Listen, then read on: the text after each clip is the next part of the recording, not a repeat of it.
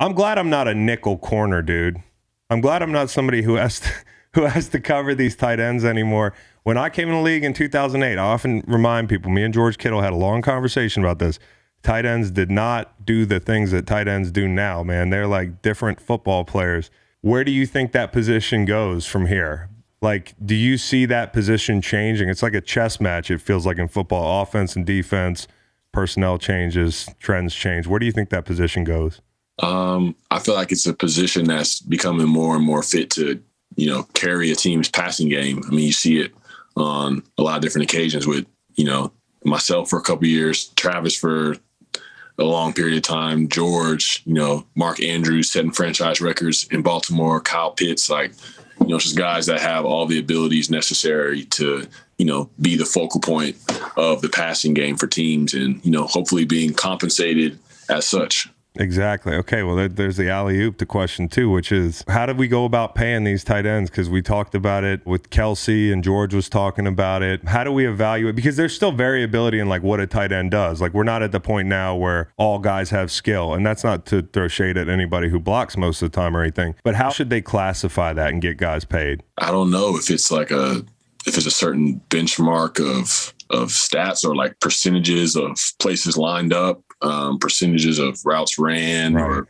first read. I don't know what that looks like, but I feel like it shouldn't be that complicated. I mean, I feel like at the end of the day, the impact that a certain guy is having on your team, and he should be paid according to that impact. Yeah, and y'all deal with some of the highest paid. You're right next to the highest paid guy on the team in the tackle, outside of like quarterback or whatever. You're chipping some of the highest paid guys on defense. You're matching up with maybe their most versatile player, and you're involved in the run game and the pass game. I don't see what's so hard about this shit, dude. Right. I feel like it's the most complex set of skills that you have to have on the field. I mean, you look at just a certain craft. I feel like quarterback and corner are like ridiculously hard to do, but at the same time, wide range of skills that you have to have, I feel like it's no more than a tight end, and I don't think it's close. And y'all get absolutely like teed off on sometimes. Like, you're in the middle of the field and you're tall. Like, I was talking to George about this because we were talking about if LeBron played football, because everybody makes the tight end comparison. And he was like, man, LeBron's too tall. Like, no offense to LeBron, but like, it is a motherfucker to catch a ball, turn your head, and like immediately people are rifling at your knees and ankles. Yeah. I couldn't imagine. Yeah, I feel like I'm tall enough as it is. I wouldn't want to be an inch taller because, those guys are flying in at your knees. I remember I got hit on one with, I think it was Jesse Bates with the bench. There's like a picture of me. It looked like I'm in like a three-legged dog yoga pose. That makes sense. I think the only reason you know that pose is because your co-host, which we'll talk about this podcast a little bit, your co-host is a yoga guy, right? Yeah, Donnie. Yeah, Donnie. Yeah. So you got some yoga acumen now. Yep. That's dope. Well, who's a guy you said Jesse Bates got a good shot on you? Who's a guy that you're like, man, I got to watch this guy? Man, I'll put Derwin James in that category. Patrick Queen smoked me on against the Ravens. Yeah. I caught flat route and then like had to spin back in, and he was just right there, just under my chin. I mean, it's a lot of dudes, man. A lot of dudes that are explosive and powerful.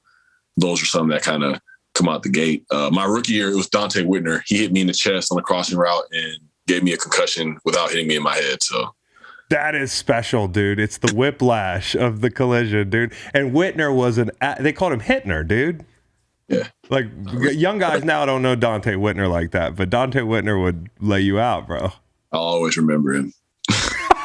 Yeah, of course you will. Are there tight ends that you don't think get enough love in the league? Like certain guys that you think are a little bit underrated when you watch them on film? I was going back and forth about tight end you and some of the, the less famous cats that are out there making plays on Sundays. Who do you like watching? I mean, 2019 and 2020, my tight end coach had put me onto a lot of Cam Brate from the Buccaneers. The Bucs, yeah.